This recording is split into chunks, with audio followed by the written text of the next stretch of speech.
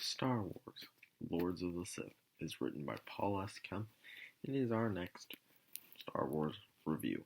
Well, Star Wars book review. Uh, I did. I'm glad I reread it. I'll put it that way. I'm glad I reread this book because when I first read it, I wasn't too big of a fan of it. There's just something about it that never really stuck with me, and I just kind of waiting for it to be over. But rereading it, I like it a little. I like it more. It's still not a book where I'm like, yes, love Lords of the Sith, but it's a good book. It's a good book. I enjoyed it.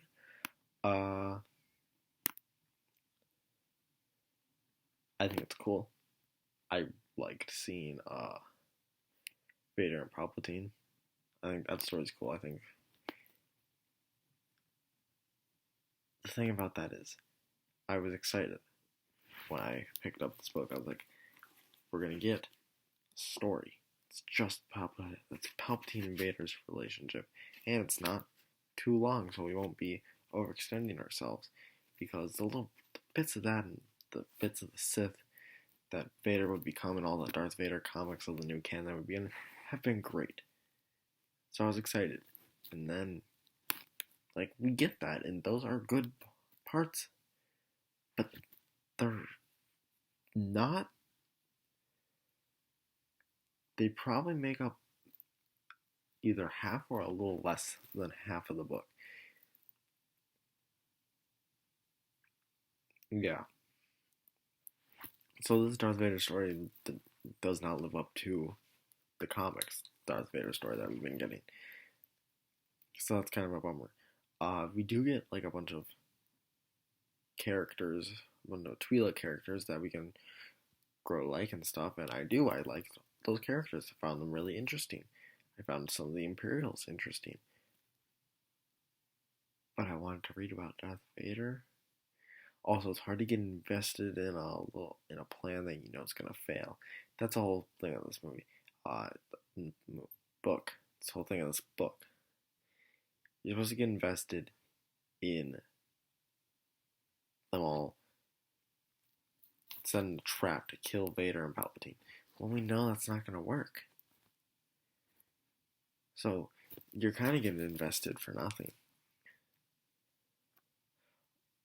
And sometimes the pacing can take a little bit of a hit, and the ending was rather abrupt and somewhat anticlimactic.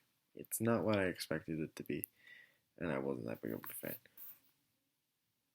Like most early Star Wars authors, and even now Star Wars authors, Wallace Kemp did write for Legends. I never read any of his Legends books, but he did write for Legends, so I don't know if his are acclaimed or not. This one has gotten some mixed. A lot of people love it, and a lot of people saying it's eh.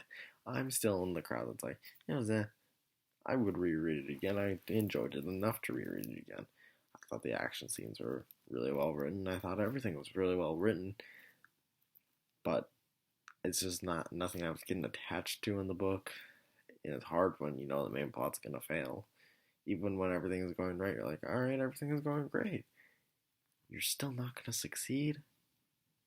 You're not even gonna make a dent. I've seen those movies, man. I know how this ends.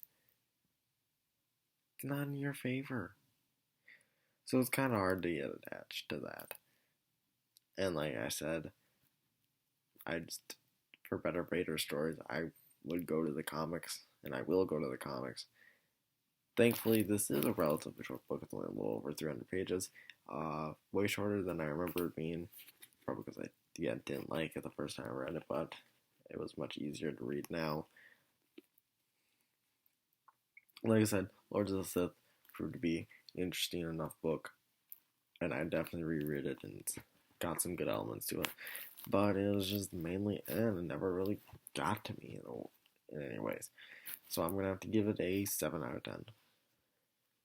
If you are a big fan of Sith or Vader or Palpatine, then yes, definitely read it. I think this book is right up your alley. You probably will be disappointed in how they're not in it as much as they should be, but I think you'd still really enjoy it.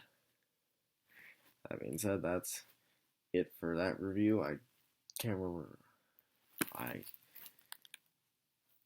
Tarkin is the next book that will be reviewed. Yeah. So look forward to that. This is Jordan from Jordan. If you like this review, make sure to like and subscribe. This is Jordan from Jordan Reviews. Signing out.